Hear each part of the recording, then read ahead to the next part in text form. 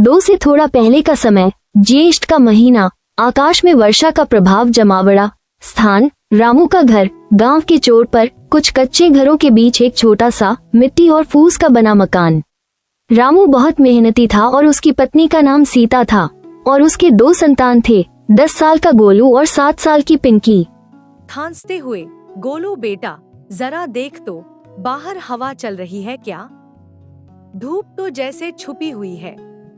हाँ माँ, हवा तो चल रही है और भी बहुत सारे हैं, काले काले। माँ, काले बादल, बारिश का मतलब? बहनें कहते थे बारिश में पानी आता है। मुस्कुराने की कोशिश करती है।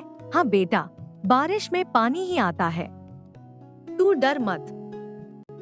माँ बारिश अच्छी होती है ना, खेत खलिहान हरे भरे हो जाते हैं, बाबूजी को काम मिलेगा।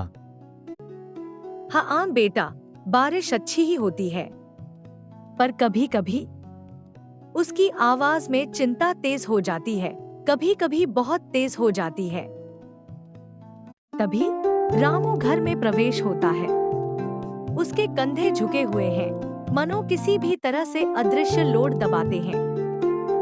रामू को देखकर, क्या आप गए थे? आज काम मिला क्या? चूल्हे एक लंबी सांस मिला। हाँ, थोड़ा बहुत मिला। सड़क किनारे मिट्टी, मुश्किल से 100 रुपये बने। मालिक कह रहा था बारिश आने वाली है तो काम रुक जाएगा। हुए क्या? चूल्हे से कहा, चिंता से? तो फिर क्या होगा? पिछले महीने की उधारी भी है। सीता का पता नहीं, हर साल यही डर सताता है। ये घोड़ा छत, पता नहीं इस बार क्या होगा।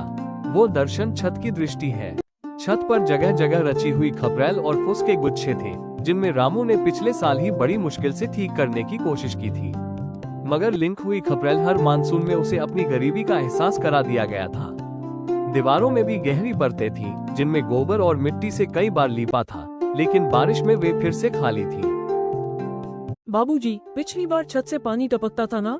मेरा सपना भी बहुत बड़ा था। और मेरा भी। ठंड मुझे लगी थी।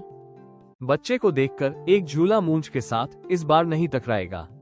बाबूजी ने सब देखा है, हम सब मिलकर ठीक हो जाएंगे। उसके आवाज में विश्वास था, आंखों में अथाह चिंता। उनका दावा था कि उनकी कोशिशें केवल एक अल्पविराम वाली जगह थी। इस कच्चे घर में हर बारिश की एक अग्नि परीक्षा थी। दोपहर का खाना खाते हुए वे सब चुप थे। हवा की तेज गति से चलने वाली और तूफान की गड़गड़ाहट दूर से देखने में लगी थी। रामू की आंखों में आने वाले तूफान का साया दिखाई दे रहा था, सिर्फ मौसम के तूफान का नहीं, बल्कि जिंदगी के उस तूफान का जो हर बारिश के साथ अपने दरवाजे पर बिखरा हुआ था। शाम ढलने को है, काले बादल छाए हुए हैं, हवा तेज होने जा रही है। रामू का घर और उसके आसपास का इलाका। रामू और सीता के बच्चों को जल्दी खाना मिल गया था।